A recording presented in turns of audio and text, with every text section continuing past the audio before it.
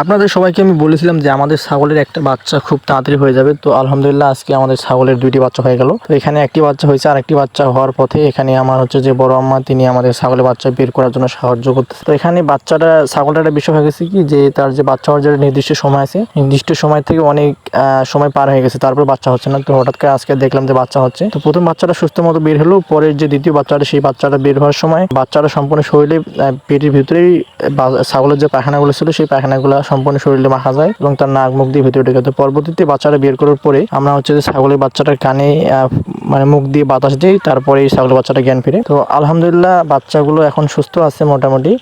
এখন দুটো বাচ্চাই হচ্ছে যে পাঠা হয়েছে। তো আমরা এগুলোকে খাসি করে দেবো। খাসি করে দিলে ইনশাল্লাহ খুব তাড়াতাড়ি এগুলো বড় হয়ে যাবে এবং বাচ্চা দুইটা অনেক সুস্থ আছে এবং বড় মানে বাচ্চা হয়েছে, খুব ভালো মানে বাচ্চা আর কি, দুইটা বাচ্চা। তো আপনারা সবাই দোয়া করবেন, আর বাচ্চাগুলোর আপডেট ইনশাল্লাহ পরবর্তীতে আরো একটি ভিডিওতে আমি দিয়ে দেবো কালকের মধ্যেই। ইনশাল্লাহ দোয়া করবেন সবাই।